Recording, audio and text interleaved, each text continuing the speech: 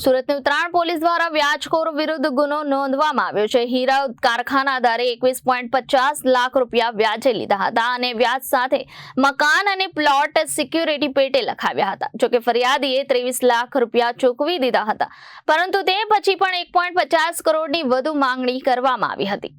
સુરતની ઉત્તરાયણ પોલીસ દ્વારા વ્યાજખોરો વિરુદ્ધ ગુનો નોંધવામાં આવ્યો છે। હીરા કારખાનાદારે 21.50 લાખ રૂપિયા વ્યાજે લીધા હતા અને વ્યાજ સાથે મકાન અને પ્લોટ સિક્યુરિટી પેટે લખાવ્યા હતા। જોકે ફરિયાદીએ 23 લાખ રૂપિયા ચૂકવી દીધા હતા, પરંતુ તે પછી 1.5 કરોડની વધુ માંગણી કરવામાં આવી હતી। ફરિયાદીને બીભત્સ ગાળો આપી તેને મારી નાખવાની ધમકી આપવામાં આવી હતી। ફરિયાદી દ્વારા સમગ્ર વાતચીતને રેકોર્ડ કરવામાં આવી હતી, જેમાં આરોપીઓએ કહ્યું હતું કે હું ગુજરાતનો બાપ છું।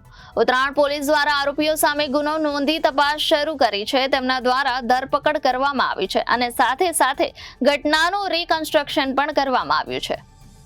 ઉત્તરાયણ પોલીસ સ્ટેશનથી બોલું છું, રહું છું મોટા વરાસા। ભરતભાઈ વિરુદ્ધ મેં ભરતભાઈ અને અશોકભાઈ વિરુદ્ધ ફરિયાદ દાખલ કરી છે।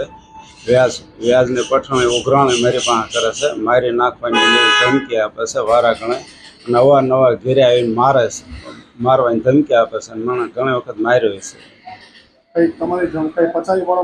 હા, મારો પ્લોટ પસાવી પાડ્યો છે અને હજી ફ્લેટ માગે છે। હું રહું છું એ ફ્લેટ કે મને આપી દો, અને પ્લોટ તો એને દસ્તાવેજ મને ધાક ધમકી આપીને દસ્તાવેજ કરાવી લીધો છે। આ ઓડિયો એ બધા રેકોર્ડિંગ હતા ને, એ ઓડિયો વાયરલ કર્યો છે। Bureau report, Janadesh news, Surat.